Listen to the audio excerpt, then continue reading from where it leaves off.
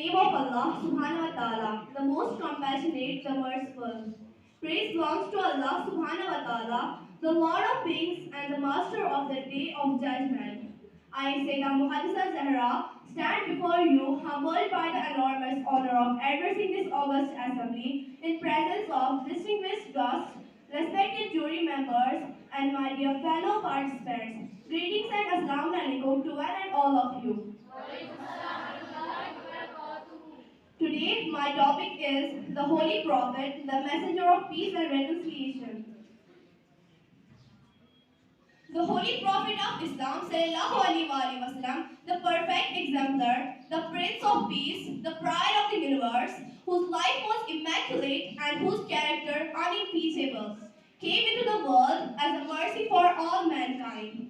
Yet for centuries, the opponents of Islam have consistently ignored all that was patently good, noble and beneficent in his life, example and teaching, and have attempted to portray him, God forbid, as bloodthirsty and violent. Crude and offensive caricatures and cartoons have been produced in books and newspapers to demonstrate their malice and brazen attitude towards the Holy Prophet. It's my task today, within the short time at my disposal, to establish that the Holy Prophet was indeed a messenger of peace and reconciliation. Islam, a religion of peace. It is a great distinction of the Holy Prophet that the very religion he founded bears a name, the literal meaning of which is peace. The word Islam indicates the very essence of the religious system known by that name. The teachings of the Holy Prophet guarantee and establish peace to all levels and in all spheres, individual, social, economic, national and international. Peace between man and God. My dear brothers, my dear sisters, let us indeed a messenger of peace and reconciliation, whose greatest achievement of peace between man and God. He was born in an era which was the darkest period of dark ages. Religion, morals and philosophy were all at a low ebb. The Arabs were divided into warring factions. He united them in love for each other. He prayed for the salvation of his spiritual progeny. Sinless though he was, he prayed for the forgiveness of our sins. To save us from the fire of hell, he would stand so long in prayer that his feet would get swollen. Social peace. In the establishment of social peace also, the example of the Holy Prophet stands aloft as beacon to illuminate the path of lasting harmony. Men in Arabia were deprived of their rights and distributed as inheritance.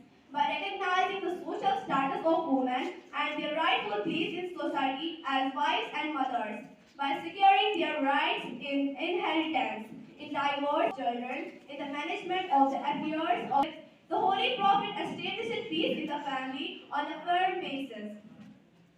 Economic peace in the domain of teachings of the Holy Prophet are also an invaluable source of guidance for us. He took steps to remove vast disparities of wealth and poverty necessary for the establishment of economic peace. He recognized in principle the right of the poor in the wealth of the rich and through the institution of zakat. He provided for the discharge of all those rights that have in the wealth of the rich, and thus bring about reconciliation between the his and the hinders. National peace. The teachings of the Holy Prophet are indispensable for establishment of national peace.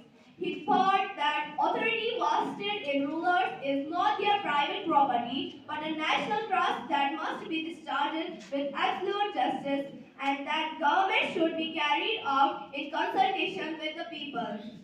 On the other hand, he admonished the people to realize that the power to choose their rulers was gift from God, and therefore it should be carefully invested in those who fully reverse it. The Holy Quran says, "Verily, Allah commands you to make the trust to those enlightened truth." Allah admonishes you. Allah is all hearing, all seeing. International peace. And it after them, one of them transgresses against the other. Find a